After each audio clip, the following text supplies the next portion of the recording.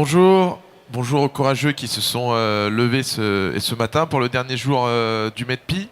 Euh, Ce matin, je suis très bien entouré pour ce workshop sur les drones, puisque on est assez nombreux, on est 6, et on va essayer de parler de ce marché et du drone dont on dit beaucoup de choses. Il y a des gens qui sont très positifs, donc ils sont très négatifs. On sait plus trop vraiment comment se situer sur ce marché. Donc l'idée, c'est un peu de faire avec des vrais spécialistes ce matin le tour de la question. Donc je suis en compagnie de Olivier Rigal. Bonjour Olivier.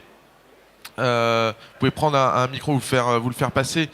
Donc qui est le responsable de Profot, qui notamment représente la marque DJI sur le secteur photo. Tout à fait. Je suis en compagnie de Jérémy Léac. Bonjour Benoît. Bonjour, de la compagnie Sopec, qui notamment a lancé la marque de drone Kimic avec des positionnements assez originaux, et on en reparlera. Je suis en compagnie de Adèle Mamou, qui est chef produit Parrot. Bonjour. Bonjour Adèle. Donc marque française, voilà, qui a eu quelques difficultés ces dernières années et qui est en train de rebondir activement sur des nouveaux positionnements. Je suis en compagnie de Guillaume Ferron de Studio Sport, donc là plutôt un spécialiste de la distribution, un des leaders français de la distribution des drones sur Internet. Bonjour. Tout à fait, bonjour. Et puis je suis en compagnie de Jean-Frédéric Topin de Digitaccess, qui notamment représente la marque et Power Vision, qui a des drones qui volent, mais ils ont aussi des drones qui vont sous l'eau, avec un positionnement aussi assez original, et qui se développe, même si ça reste un petit marché, les drones et drones marins, mais un développement. Exactement, oui, bonjour à tous. Notre choix, on en va en discuter un petit peu, était voilà, d'avoir une gamme différenciante. Alors aujourd'hui, on va évidemment parler des chiffres du marché, hein, parce qu'ici au MEDPI, on aime bien ça, les chiffres, le marché, le retail. On parlera aussi évidemment de cette orientation qui s'est quand même beaucoup orientée vers l'image, que ce soit la photo ou la vidéo. Quels sont les nouveaux publics pour les drones, et évidemment toute la question de l'intelligence artificielle qui vient un peu bouleverser ce marché, où on passe et d'un marché où finalement la question du pilotage n'est plus un frein à l'utilisation des drones. En termes de chiffres du marché, une des évolutions importantes qu'on a vues et cette année, c'est un tassement et des volumes en France, puisqu'on est passé de 416 000 pièces vendues en 2016 à 402 000, donc un léger tassement, sachant que ça faisait suite à une augmentation de 46% de 2015 sur 2016. Mais par contre, la très bonne nouvelle quand même, c'est que le prix moyen est passé de 146 à 210 euros, soit une évolution de 44% du prix de vente moyen, ce qui nous amène à un business qui passe à 84 millions d'euros pour la France, ce qui reste évidemment faible, hein, si on compare ça, je sais pas, à des marchés historiques, hein, comme la télé, et comme la télé, qui sont des marchés de 2 milliards. Donc ça reste tout petit, mais un marché qui est quand même en évolution de 39%. Et je crois qu'aujourd'hui, sur le MEDPI, des marchés qui progressent de 39% en valeur, il n'y en a pas tant que ça. Voilà, alors peut-être on peut commenter ces chiffres. Qui c'est qui a envie de commenter ces chiffres? Peut-être, est-ce que tu as envie d'en parler un petit peu, Guillaume? Tout à fait, ouais. Au niveau des chiffres, Est-ce que c'est une réalité pour vous? Vous avez vécu la même chose? tout à fait. En fait, en nombre d'unités vendues pour l'année 2017, on a été sur une très très faible croissance pour le cas de Studio Sport, puisqu'on était autour d'une croissance de 4 à 5% environ. Par contre, on a en effet la valeur unitaire du drone vendu est aujourd'hui supérieure en fait à ce qu'on avait en 2016. Surtout que vous êtes plutôt sur le haut de gamme en plus, vous, hein. Alors, on travaille la plupart des gammes, notamment les gammes professionnelles, mais aussi des gammes très très grand public. Mais notre cœur de métier, c'est plutôt du semi-pro ou du loisir assez haut de gamme. Et donc du coup aujourd'hui, nous on constate en effet le chiffre du marché est comparable à ce qu'on retrouve nous personnellement, on va dire, pour la société Studio Sport. Après, on voit aussi l'émergence quand même de marques comme Power Vision qui ont amené un petit peu de nouveauté. On est passé du drone tout aérien à du drone sous-marin, notamment, avec le Power Ray. On voit aussi des sociétés comme Parrot qui s'orientent aussi de plus en plus vers le marché professionnel ou semi-pro. Et aujourd'hui, on sent qu'en fait, le drone qui était loisir majoritairement et jusqu'à maintenant a tendance un petit peu à trouver de nouveaux usages sur la partie notamment professionnelle. D'accord.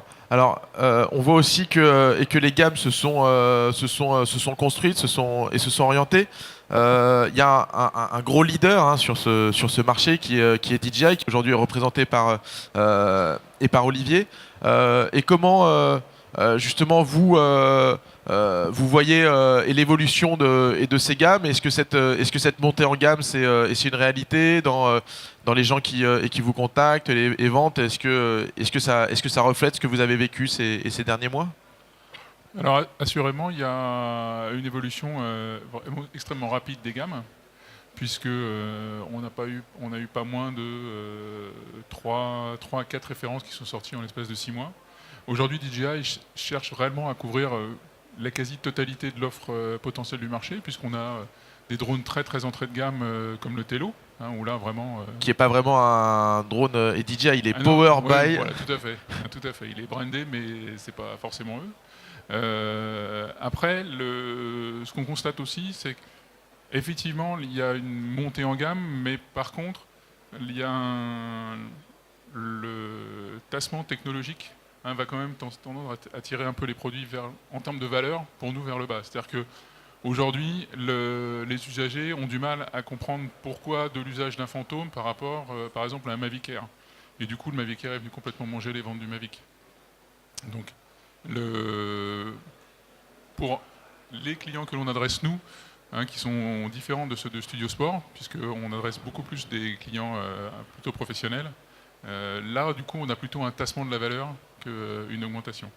D'autant plus qu'il y a une grosse inquiétude de la part de nos clients quant à l'évolution de la législation. Et aujourd'hui, ça reste quand même très très flou.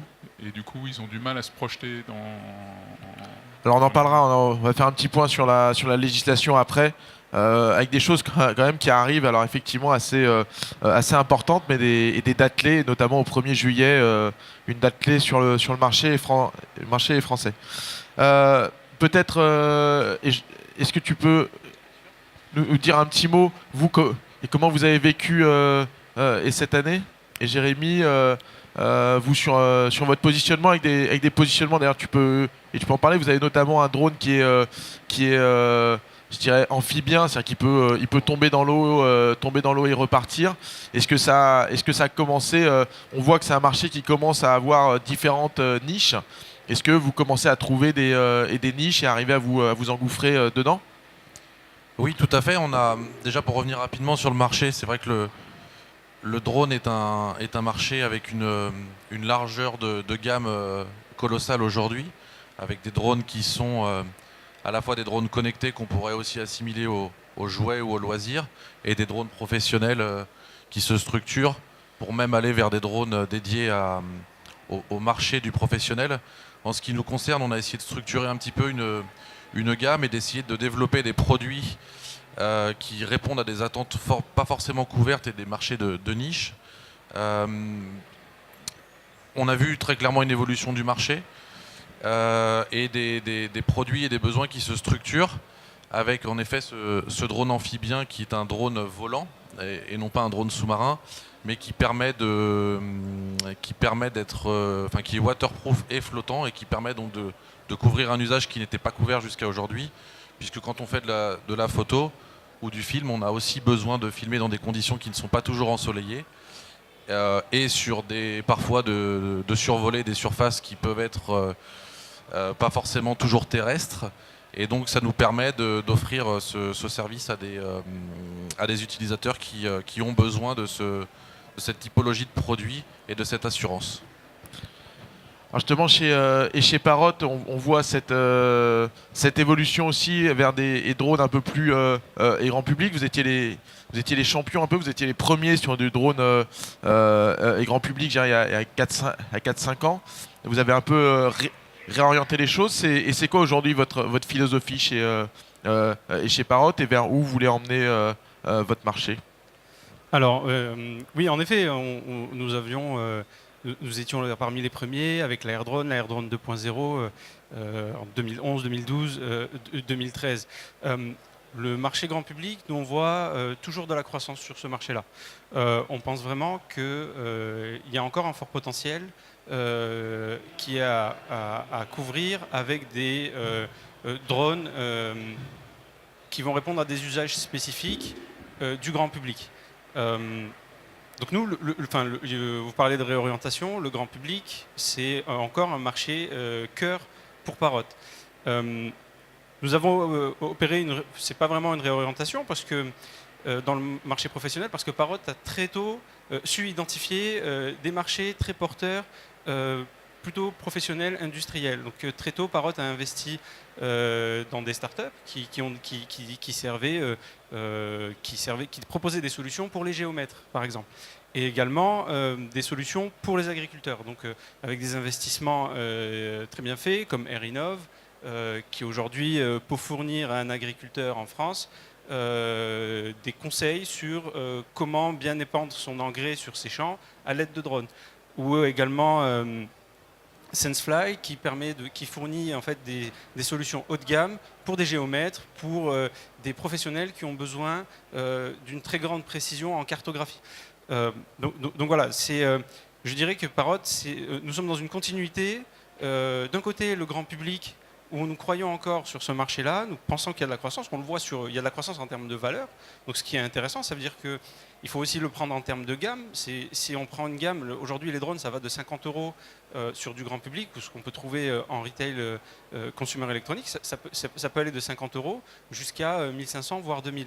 Donc il faut également voir en termes de gamme quels sont les marchés les plus porteurs. Et nous, on pense que sur des gammes, sur du haut de gamme, on a un marché qui est encore très très intéressant sur le grand public. De la même façon qu'on peut l'avoir sur la photographie, sur le réflexe haut de gamme, ainsi de suite. Alors justement, oui, ça c'est une petite précision. Le chiffre qu'on a donné tout à l'heure de 84 millions, ça correspondait plutôt aux drones et grand public. Ça ne correspond pas aux drones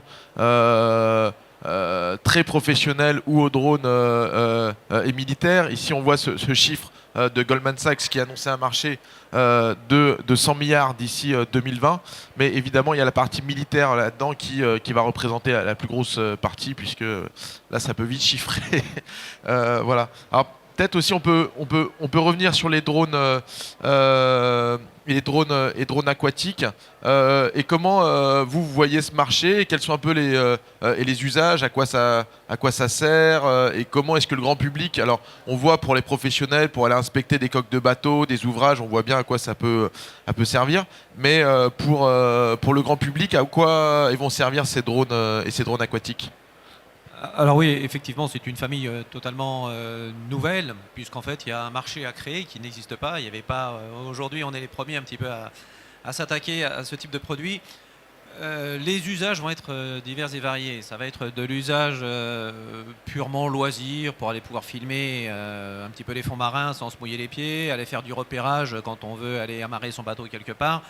Ça, c'était la version du Power Ray qui aujourd'hui rencontre un public qui est plutôt typé geek dans un premier temps, qui veut avoir un produit vraiment nouveau, un nouveau jouet, n'ayons pas peur de le dire, mais également après ça il va y avoir tout le public du nautisme au sens large, puisque là on va s'attaquer à des gens qui apprécient la mer, les fonds marins, qui veulent amuser un peu les gens qui sont en croisière aussi avec eux, etc. Donc là, aujourd'hui, c'est un marché naissant, encore une fois, et on l'a attaqué un petit peu tardivement du fait de la disponibilité des produits qui était un peu tardive. Donc je pense que cette année, on va réellement pouvoir profiter de la saison qui démarre pour vraiment lancer les produits.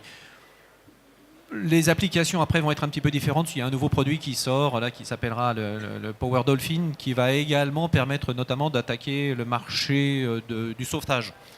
puisque ça va être un drone qui, contrairement au premier, était essentiellement basé pour aller faire de la vidéo, donc malgré tout piloté par câble. Le nouveau qui sortira, lui, est piloté uniquement Wi-Fi. Il ne sera pas sous-marin, mais il sera à fleur d'eau, avec une portée de 1 km.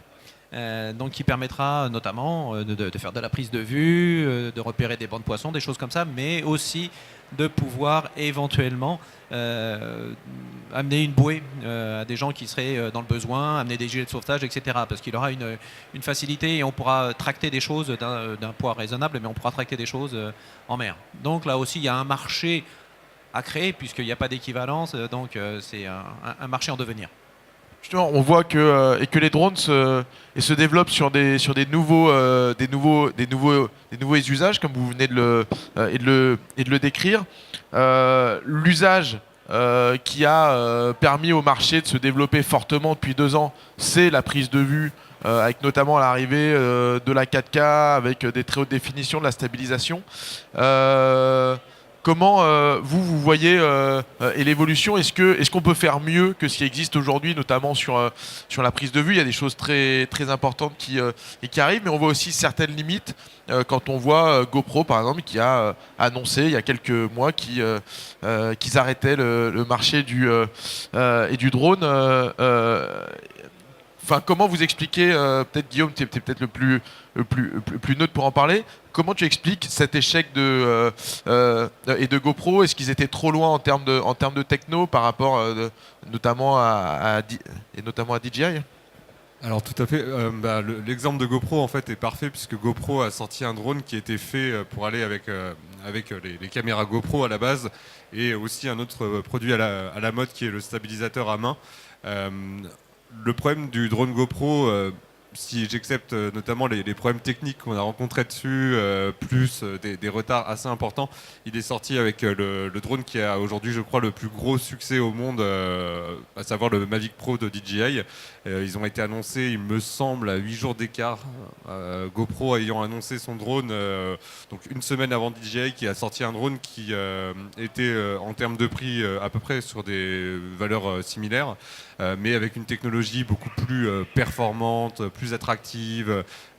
GoPro a annoncé un drone pliable, DJI a annoncé un drone pliable qui était 2 fois plus petit. En termes de qualité vidéo, on était sur quelque chose d'assez similaire. En termes de fonction, on était sur quelque chose aussi d'assez très performant chez DJI. Et je pense que GoPro, en fait, qui a investi quand même pendant plusieurs années sur la partie drone, a une petite désillusion à ce niveau-là. Hein. C'est qu'en fait, ils se sont confrontés à plus fort qu'eux sur un marché qu'ils ne connaissaient pas encore. Je pense qu'en fait, leur drone est sorti avec, à mon avis, au moins 1 année de retard. Il aurait sûrement beaucoup mieux marché s'il était sorti peut-être 6 mois, 1 an avant le Mavic, donc en octobre 2016. Mais GoPro, à mon avis, aujourd'hui, va se recentrer sur son cœur de métier, à savoir la caméra. Justement, et vous en avez vendu un peu des GoPro ou pas du tout Alors le drone Karma de GoPro, on en a en fait vendu un petit peu, mais ça n'a pas été un succès commercial, très honnêtement. Aujourd'hui, on en vend. En fait, depuis que l'annonce de GoPro d'arrêter sa section drone a été faite, ils ont envisagé des baisses de prix sur le drone, et aussi étrangement que ça puisse paraître, maintenant il marche un petit peu mieux. Justement sur la partie photo, je sais que chez Sopec c'était un peu une de vos spécialités historiques. Quelles sont un peu les attentes et de vos clients en termes de photos et les demandes que vous rencontrez?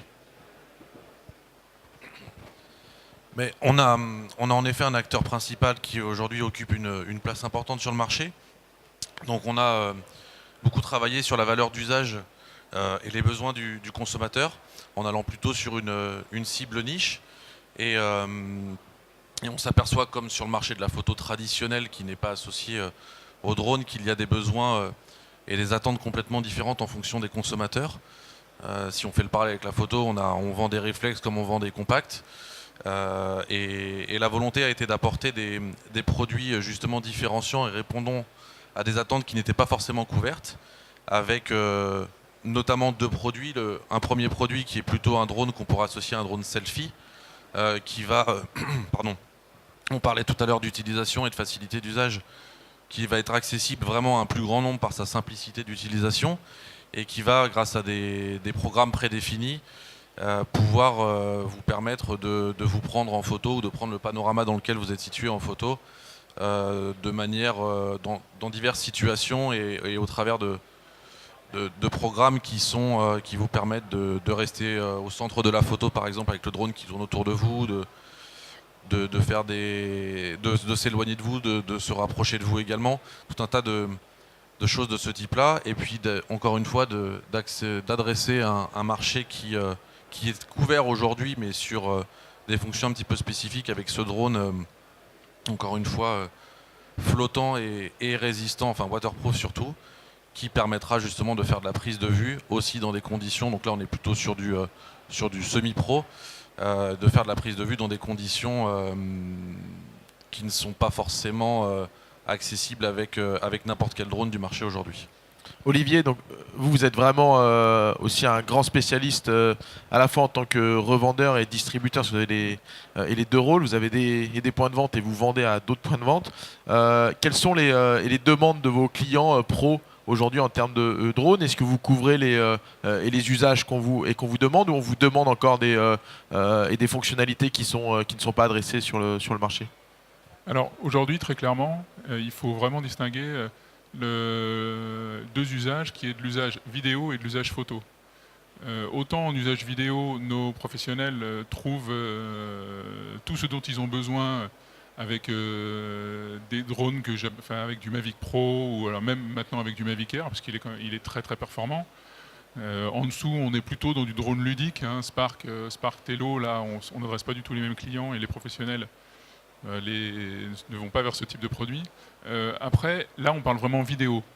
Pour tout ce qui est photo, aujourd'hui, il n'y a guère que le Phantom 4 Pro Plus et le Phantom 4 Pro qui vont pouvoir à peu près répondre à la demande en photo, en usage professionnel, parce qu'aujourd'hui la qualité n'est pas encore assez suffisante pour que ce soit probant au niveau du client final. Après, vous avez aussi les S800, les S900, les S1000 qui peuvent être montés. Alors là, on est vraiment effectivement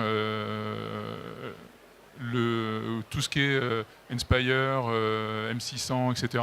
Là, on est vraiment, et de plus en plus, dans la niche de la niche. On s'adresse vraiment à des personnes qui sont des équipes, alors que le photographe indépendant, bien souvent, comme son nom l'indique, il est indépendant, il est tout seul. Pour piloter des Inspire de façon vraiment correcte, ou faire de la photo avec, ou des M600, il faut être une équipe, un cadreur et un pilote. Donc là déjà ça restera le champ des possibles. Et ensuite, ça adresse quand même relativement peu de personnes. Faut être honnête, et c'est un marché qui, de par l'ensemble des retours que j'ai de mes revendeurs, c'est un marché qui a vraiment tendance à se tendre et à être de plus en plus spécialisé. Je pense que la bonne réponse est un produit un peu hybride entre la photo et la vidéo, comme on peut le retrouver sur l'Inspire avec les nouvelles Zenmuse X7 avec des objectifs interchangeables et extrêmement performantes, que ce soit pour la photo ou la vidéo. Et ce produit-là, ça va être le nouveau Phantom à objectif interchangeable qui va arriver très prochainement. D'ailleurs, on sait qu'il y a un rapprochement très fort entre DJI et Hasselblad. Est-ce que on voit qu'il y a des capteurs de très haute définition qui arrivent sur les drones et de DJI? Est-ce que c'est une tendance de fond? Pour moi, il y a certes un marché par rapport à la demande de très très haute définition, qui sont des marchés de cartographie, de surveillance, etc. Je pense qu'il y avait là, de la part de DJI, une opportunité, puisque de toute façon ils étaient propriétaires d'Hasselblad, et il y avait une très bonne opportunité qu'ils ont su saisir, comme toutes les opportunités, parce que ce sont des gens extrêmement malins, de pouvoir proposer un produit tout intégré. Voilà. En termes de volume de vente, sincèrement, je ne les connais pas, mais je reste relativement dubitatif. Voilà. Alors, on voit aussi que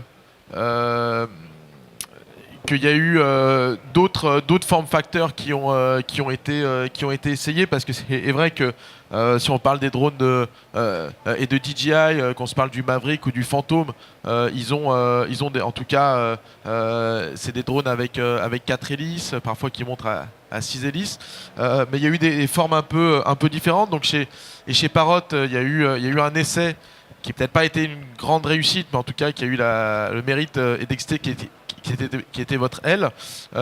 Et puis vous avez essayé d'autres petites choses, des drones roulants, des choses comme ça. Est-ce qu'il y a d'autres drones que voilà, le form factor est dominant aujourd'hui, qui est ce drone à 4 hélices. Est-ce qu'il y a d'autres formes qui peuvent émerger? Alors oui, en effet, vous parlez du Disco que nous avions lancé, donc l'aile volante, la première aile volante prête à l'emploi pour le grand public, équipée d'une caméra stabilisée sur les 3 axes, qui permettra de faire de la prise de vue aérienne et de faire du vol en FPV. Nous, ce qu'on s'est rendu compte, c'est qu'en fait, c'est un produit qui est... c'est un avion, donc... si vous voulez, si je prends l'exemple, c'est l'exemple entre une voiture et une moto. La voiture à l'arrêt, je suis sur les 4 roues, je peux m'arrêter quand je veux. Alors qu'une moto, il faut que je roule. Quand je m'arrête, j'ai besoin d'une meilleure maîtrise de mon produit. Du coup, ce qu'on s'est rendu compte, c'est que pour un usage professionnel, l'aile volante est tout à fait adaptée, et c'est un produit qui marche beaucoup mieux pour un usage professionnel. Donc avec une audience, typiquement des géomètres ou des agriculteurs qui veulent faire cartographier une surface très très grande, vont utiliser des ailes volantes et n'ont aucun souci avec ça. Les drones à voilure tournante, donc les quadrirotors, le gros plus qu'ils ont, c'est la possibilité d'avoir une stabilité en vol et une facilité de prise en main. Donc du coup, c'est clair qu'aujourd'hui, c'est un des form factors qui est le plus dominant, le plus simple à stabiliser et qui permet d'assurer une meilleure prise en main pour l'utilisateur final. Dans l'idée de pouvoir mettre un drone entre les mains de tout le monde, et pas de devoir passer des brevets spécifiques ou de se former pour utiliser ce genre de produit. Ensuite, il peut y avoir d'autres form factors avec du type plutôt hélicoptère, avec un rotor central et plutôt un deuxième rotor pour la stabilisation. Mais là, c'est pareil, on rentre dans des problématiques de stabilisation qui sont plus compliquées et de prise en main qui sont plus compliquées. Alors justement, chez Power Vision, vous avez un drone un peu particulier en forme d'œuf. Comment ce drone a été accueilli par le marché, et quels sont les commentaires que vous avez eus autour de ce produit? Honnêtement, il suscite un intérêt évident. Quand on voit le produit, il pose question. On se demande réellement à quoi ça sert. Parce qu'il a vraiment une forme très, très radicale, très pure. Le parti pris a été vraiment de faire quelque chose, un objet plus design. On s'est dit que les gens, comme parfois dans les segmentations de produits, tout le monde ne veut pas avoir la même voiture. On est parti un petit peu. Les gens de chez Power Vision sont partis un petit peu sur le concept on va dire de Audi, Volkswagen, etc. Tout le monde sur une base à peu près identique, des caractéristiques techniques à peu près identiques, avoir là un choix d'un produit radical. Après, c'est sûr qu'il mérite des explications, parce que les gens restent un peu dubitatifs. Quand on voit un œuf voler, c'est vrai que c'est pas forcément naturel. En revanche, on est vraiment là aussi sur le marché de niche. Il le restera. Et très honnêtement, Power Vision réfléchissait à une déclinaison sur cette gamme-là, mais je pense qu'ils vont plutôt s'orienter sur les produits aquatiques que d'essayer de développer une gamme de différentes tailles d'œufs, je pense. D'accord. Alors peut-être chez Studio Sport, comme votre nom l'a dit, que vous êtes aussi orienté sur la course de drone. Est-ce que justement les courses de drone avec des casques en FPV, est-ce que c'est quelque chose qui est appelé à se développer? Est-ce qu'on voit qu'il commence à avoir des circuits professionnels, des sponsors, des choses comme ça? Est-ce que ça prend un petit peu? Est-ce qu'en France, il y a une petite étincelle autour de ce marché? Alors tout à fait, en fait c'est un marché qui est un petit peu particulier, puisque aujourd'hui il y a très peu de produits en fait, qui sont des produits faciles à prendre en main et performants. contrairement à la partie, par exemple, photo et audiovisuel qu'on a sur le marché des drones, où plusieurs marques proposent des produits faciles à prendre en main et qui sont à la fois performants. Aujourd'hui, sur ce marché donc du drone racer, comme cela s'appelle, on a des produits qui sont soit faciles à prendre en main, mais assez peu performants en termes donc, de ce qu'on va rechercher, à savoir vitesse, de la vitesse. Et à contrario, on va avoir sinon des produits donc, qui sont très techniques, qui demandent notamment à des personnes de faire des montages complexes, donc avec de la soudure, du paramétrage. Là-dessus, c'est un marché qui est aujourd'hui encore en train un petit peu de se chercher, mais qui reste quand même un marché assez intéressant, qui passionne beaucoup. On a notamment plusieurs fédérations qui se sont créées pour créer en fait une véritable compétition, un championnat en France. Et il y a notamment aussi une fédération mondiale qui organise des courses dont une des étapes se déroule en France.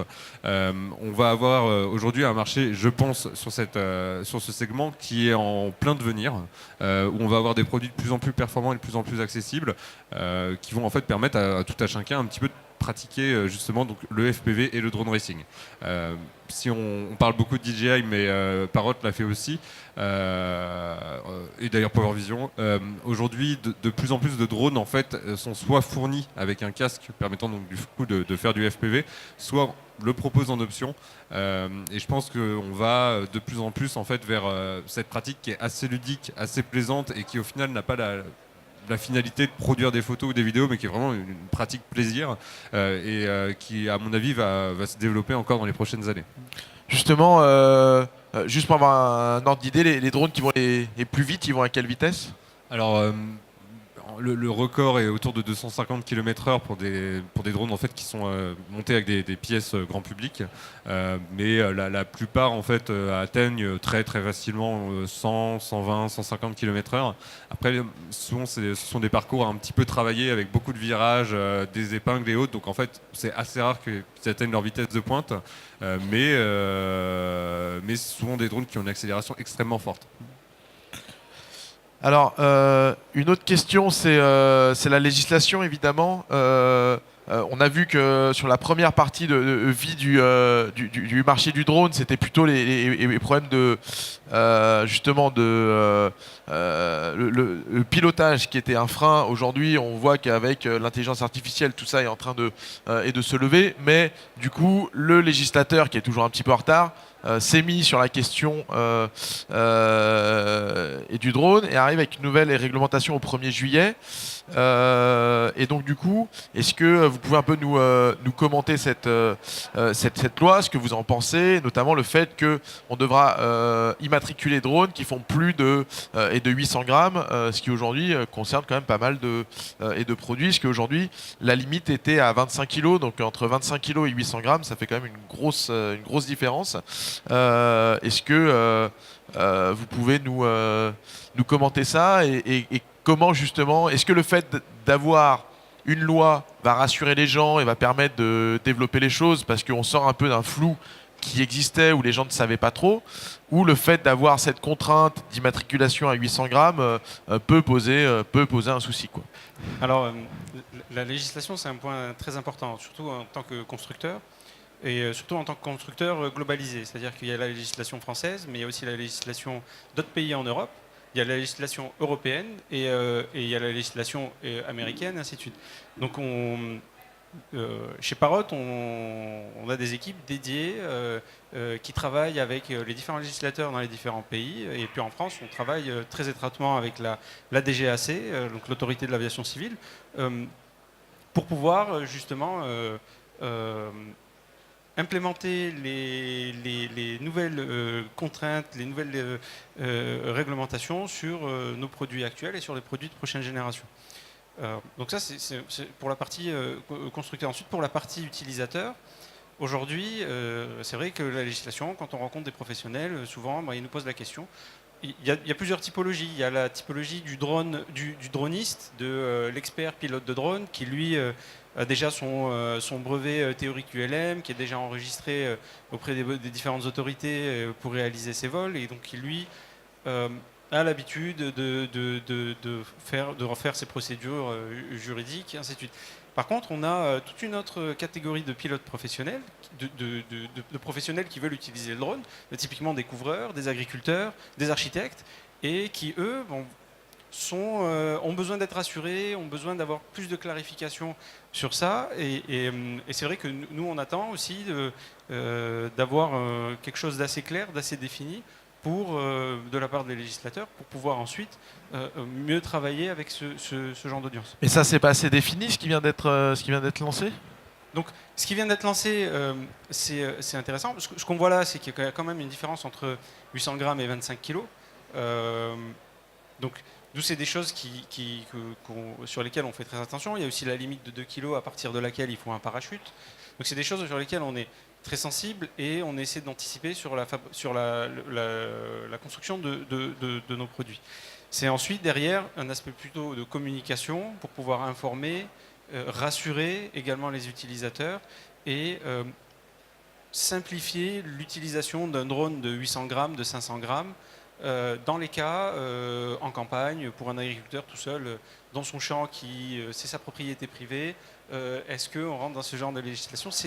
Il y a encore des aspects un peu délicats qui sont à la limite et qui ne sont pas faciles à traiter.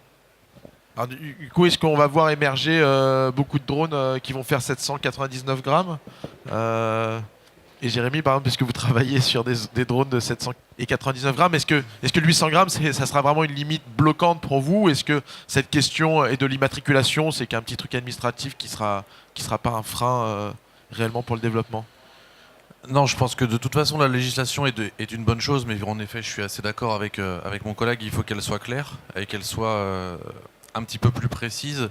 Ça fait un moment qu'on évoque qu'on a conscience de cette future limite de 800 grammes qui va arriver, elle est maintenant datée. Je pense que c'est une bonne chose. Encore une fois, il y a deux usages. Il y a l'usage professionnel où en effet un certain nombre même un grand nombre d'utilisateurs ont déjà des licences et sont, bien qu'ils utilisent des drones de moins de 25 kg. Donc il y avait quand même déjà cette notion d'apprentissage du pilotage et donc de licence. Je pense que cette législation est surtout importante pour l'usage grand public, où là en effet il y a la législation, puis il y a aussi un certain nombre de règles d'usage qui sont aujourd'hui quand même dictées et qui ne sont pas toujours très connues non plus du grand public. Et cette législation va être je pense, une bonne chose pour l'utilisateur, puisque on va pouvoir aussi comprendre, éviter un certain nombre de dysfonctionnements sur l'utilisation du drone, en comprendre un petit peu mieux les règles, structurer ce marché au niveau du grand public, vous répondre à la question précise si on travaille sur des drones de 799 grammes. Non, par contre sur des drones de moins de 800 grammes, oui. Alors, on voit aussi qu'il y a cette notion de notice et d'information avec les bonnes pratiques qui doivent être vendues avec le drone, donc qui va aussi impliquer les gens et de la distribution. Guillaume, comment vous allez répondre à ça? Et on voit aussi a priori que, selon ce que j'ai lu, c'est aussi une obligation qu'on va devoir avoir même quand on va revendre son drone et d'occasion. C'est-à-dire que c'est une obligation de donner cette notice même quand on va revendre le produit en seconde main. Oui, tout à fait, oui. Alors après, normalement, ce qui est assez probable, c'est que les constructeurs, en fait, pour les drones, en tout cas du marché français, vont très rapidement en fait mettre cette notice directement dans les boîtes des machines. Nous, de toute façon, si je prends le cas de Studio Sport, en fait, on le fait déjà, notamment avec les règles dictées par la DGAC. Il y a déjà des notices qui sont sorties et on les fournit déjà à nos clients.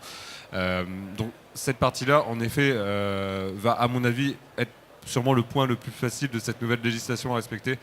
Il suffit simplement que les fabricants en fait, se mettent en règle. Pour cette partie-là, je pense qu'on pourra aller assez vite dessus. Il y a par contre un point qui est aussi important dans cette législation, c'est qu'il y aura pour justement le pilotage des drones de plus de 800 grammes une formation en ligne à faire pour les pilotes, qui sera une formation gratuite, non diplômante. Et comme le disait Jérémy, je pense que c'est cette formation qui va mettre un peu les nouveaux pilotes en face de leurs responsabilités va être aussi intéressante, je le pense. Alors justement, on voit aussi que le législateur, qui n'est jamais à court d'idées, a prévu des sanctions qui peuvent monter assez vite. comment on arrive à enlever le côté anxiogène et de tout ça et ramener les choses sur les usages, le plaisir, voilà, à la fois les usages et professionnels et le plaisir pour et pour le grand public. Et c'est quoi alors là on rappelle les règles hein, de la DGAC qu'on a commenté ce matin, mais comment on arrive à revenir sur la notion de plaisir et d'usage. Et là, je parle peut-être de marketing, de promotion des ventes, choses comme ça. La notion de plaisir, quelqu'un parlait d'ailleurs tout à l'heure justement de voiture, c'est un exemple qui a souvent été pris. Je pense qu'il y a une législation très forte sur la façon d'utiliser sa voiture aujourd'hui. On a des véhicules qui sont capables d'aller à 200 km/h et plus. Pour autant, en plus c'est d'actualité, on parle de limitation de vitesse parfois même qui sont demandées à la baisse. Je ne crois pas que le plaisir soit lié aux contraintes. Je pense que les contraintes sont essentielles, elles doivent être connues, elles doivent être comprises, intégrées et pas que ça soit une surprise. Ça c'est une chose importante. Et je ne crois pas que ces contraintes enlèvent vraiment la notion de plaisir d'utilisation d'un drone et que cette notion de plaisir va venir par en effet les fonctions qu'on va être capable d'apporter, par les évolutions technologiques qu'on va être capable de mettre dans le drone, qui vont être diverses et variées en fonction des marchés. On parlait du drone loisir, on parle du drone photo, on parle du drone racing. Les avantages vont être tellement différents d'un marché à un autre. On parle du drone aquatique également.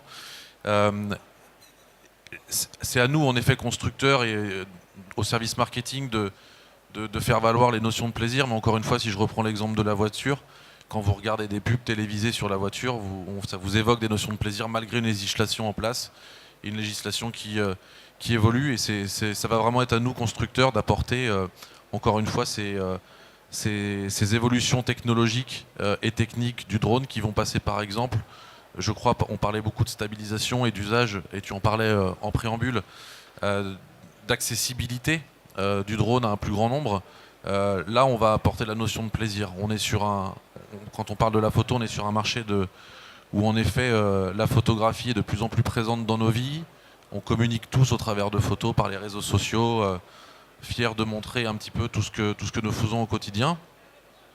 Et ce marché du drone, en tout cas pour cette partie photo, on va apporter des solutions qui sont de plus en plus simples pour qu'un maximum de gens et un maximum d'utilisateurs puissent utiliser le drone facilement, de manière sécurisée pour eux mais aussi pour les autres, et surtout pour les autres d'ailleurs, tout en ayant conscience de ces contraintes-là, de ces règles-là, qui ne sont au final pas forcément des contraintes puisqu'elles sont faites pour éviter des accidents et des drames qui pourraient se présenter. Et un drone de 800 grammes qui tombe même d'1 mètre, je pense que ça fait très mal sur la tête de quelqu'un. Donc c'est l'objectif de cette législation, elle est surtout là, et elle n'est pas de vraiment mettre un frein ou des limites à l'utilisation du drone, simplement de le légiférer. Il y a une notion qu'on n'a pas parlé aussi, dont tout le monde parle d'un point de vue marketing, qui est le follow me, mais qui pose aussi tout un tas de questions sur la législation. On voit de belles images, de belles vidéos avec un drone qui est en train de suivre un skieur. Alors c'est bien quand on est dans une pente raide, seul, déposé en héliski. Quand on est sur des pistes en pleine période de vacances scolaires, c'est un petit peu plus dangereux. Donc en effet, il y a des choses comme ça qui vont aussi évoluer, je pense, par la suite. Alors justement, on voit que on allait évoquer cette question de l'intelligence artificielle et la manière dont ça faisait évoluer tous les usages. Il y a le film de Spielberg qui est sorti il y a quelques jours, Ready Player One, dans lequel on parle de réalité virtuelle, mais aussi beaucoup de drones. On voit ces drones qui à la fois servent à livrer les pizzas et qui servent aussi à faire du tracking et de la surveillance. Est-ce que justement les usages que vont permettre cette intelligence artificielle vont encore révolutionner la manière dont on va utiliser les drones dans les années à venir? Est-ce que vous pensez que la révolution elle est encore plus importante devant nous que derrière nous? Peut-être Guillaume? Donc concernant l'intelligence artificielle, si on prend depuis l'existence des drones grand public, en fait il y a une évolution absolument incroyable. Chaque année on a des nouvelles évolutions techniques en fait qui sont la plupart du temps en fait dérivées d'une utilisation professionnelle à la base. Aujourd'hui, je vois notamment tout ce qui concerne le traitement de l'image, la reconnaissance d'image, etc.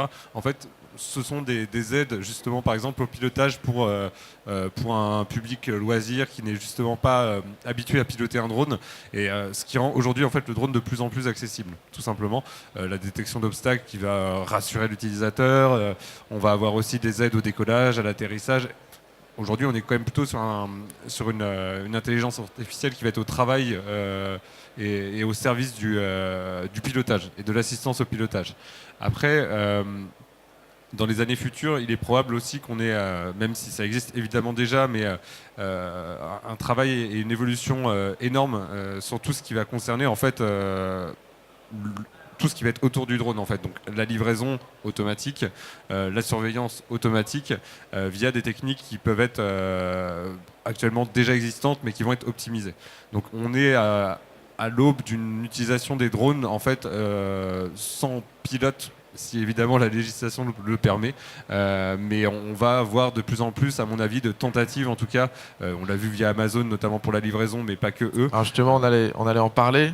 On a fait ce petit schéma, c'est un petit clin d'œil ici au Medpi, et forcément ça intrigue beaucoup.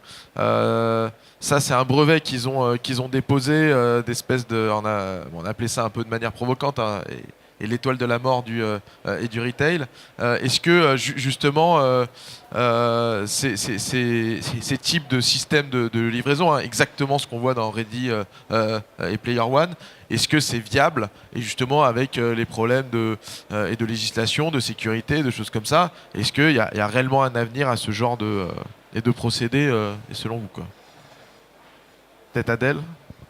Oui, alors moi quand je vois ça, c'est super intéressant parce qu'on pourra livrer nos produits directement chez nos clients, en drone en plus. Donc, si je prends ma casquette technique, quand je vois ça, il y a d'énormes enjeux technologiques qu'il faut prendre en compte.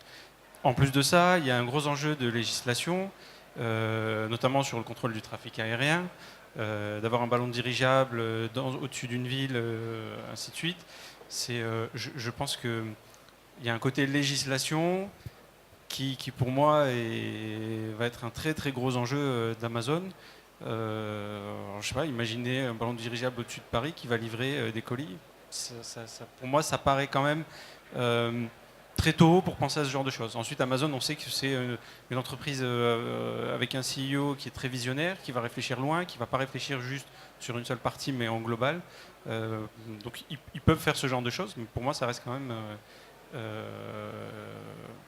ouais, c'est un beau rêve, c'est très très ambitieux. Ok. Alors peut-être je pense qu'on arrive vers la fin de cette conférence. Je vais vous demander tous un petit mot de la fin, et notamment ce qui est pour vous le plus prometteur sur ce marché du drone. Qu'est-ce qui va nous apporter des bonnes nouvelles selon vous, et qu'est-ce qui va continuer à créer de la valeur sur ce marché? On peut commencer par Olivier et partir dans cette direction-là. Pour moi, très clairement, ce qui va continuer à apporter de la croissance à ce marché, c'est la volonté des fabricants à vouloir toujours créer plus de facilité d'usage et donc d'intégration, de facilité d'intégration dans le quotidien de l'utilisateur. De la même façon qu'on peut même pas imaginer aujourd'hui que notre smartphone ne soit pas dans notre poche.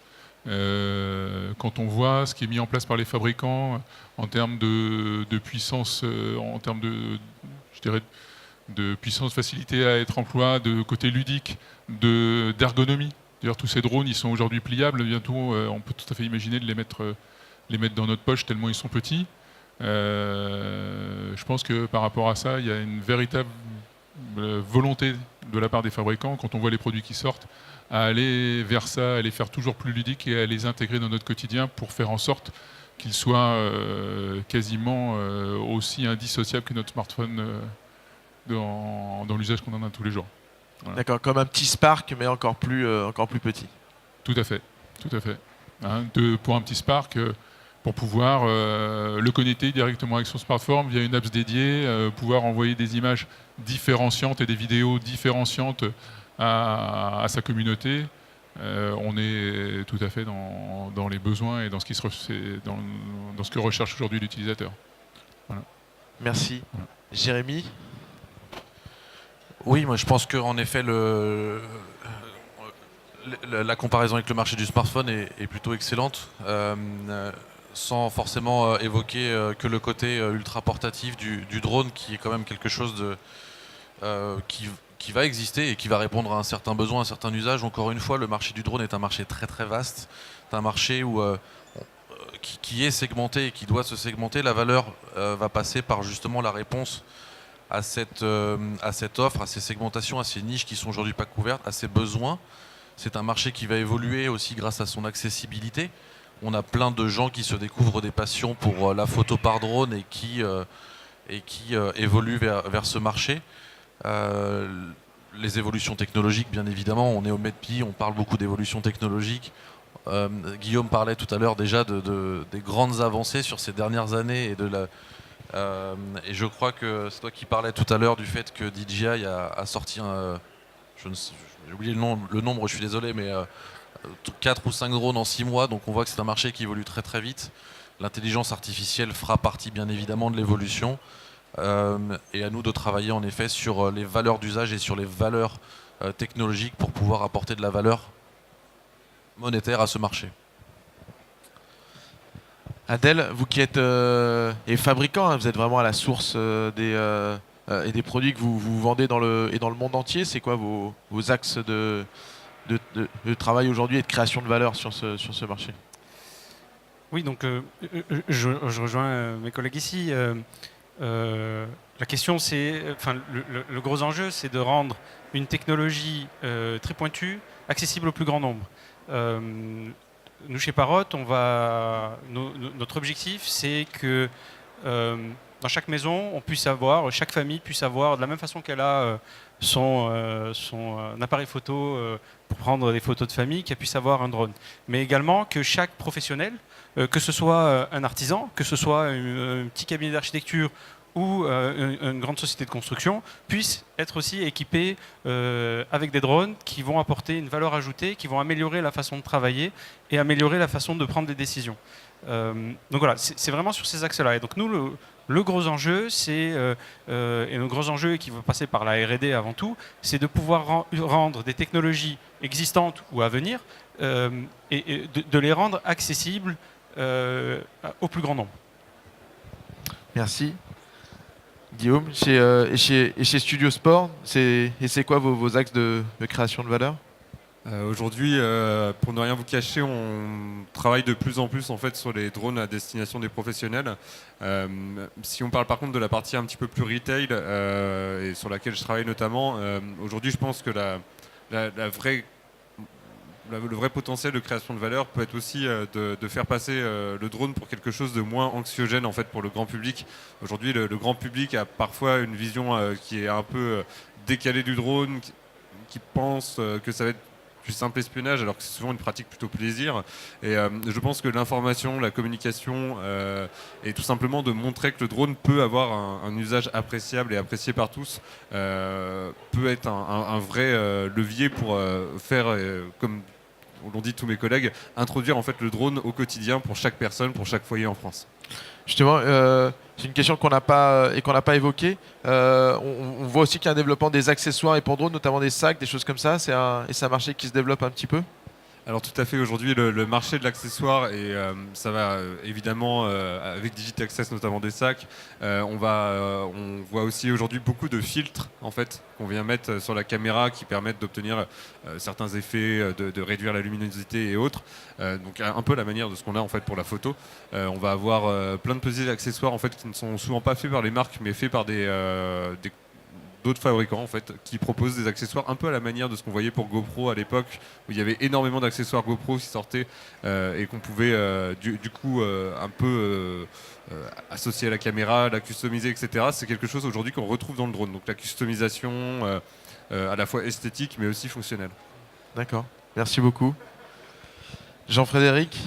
Pour moi, de mon côté, je pense que c'est pareil. Ce sont les usages réels des drones qui vont permettre aux gens de se les approprier. C'est un petit peu un parallèle avec les objets connectés. Il y a 4-5 ans, on rêvait d'avoir des objets connectés dans tous les sens. Finalement, on s'aperçoit que ceux qui survivent, c'est ceux qui ont une application, un usage réel. Bon, les drones, on en est aux prémices encore aujourd'hui. Il y a des drones volants, il y a des drones aquatiques, il y a des drones roulants, etc. Donc je pense que l'univers des drones, au sens large, a un très bel avenir. Mais encore une fois, ce qu'il faut, c'est que les gens s'approprient un peu les usages et que nous, on sache développer des applications qui facilitent ou qui rendent la vie agréable aux gens et qui leur trouvent un sens. Il ne faut pas que ce soit un objet qu'on utilise une fois et qu'on pose sur son étagère. Après, c'est un petit peu dommage. Aujourd'hui, c'est une partie des utilisateurs sont un petit peu encore dans ce mode de fonctionnement. C'est un peu le cadeau qu'on a fait dans un premier temps parce que c'était un peu différent, c'était un peu sympa. Bon, maintenant, il faut réellement qu'on lui trouve des usages quotidiens, au moins réguliers, pour que le marché, à mon avis, se développe. Merci à tous les 5 d'avoir pris le temps ce matin de débattre de ce marché. Je le rappelle, un marché qui a généré plus 39% de valeur en 2017 et qui va continuer de croître sur 2018 en valeur. Donc voilà, merci beaucoup et puis bonne journée à tout le monde. Merci.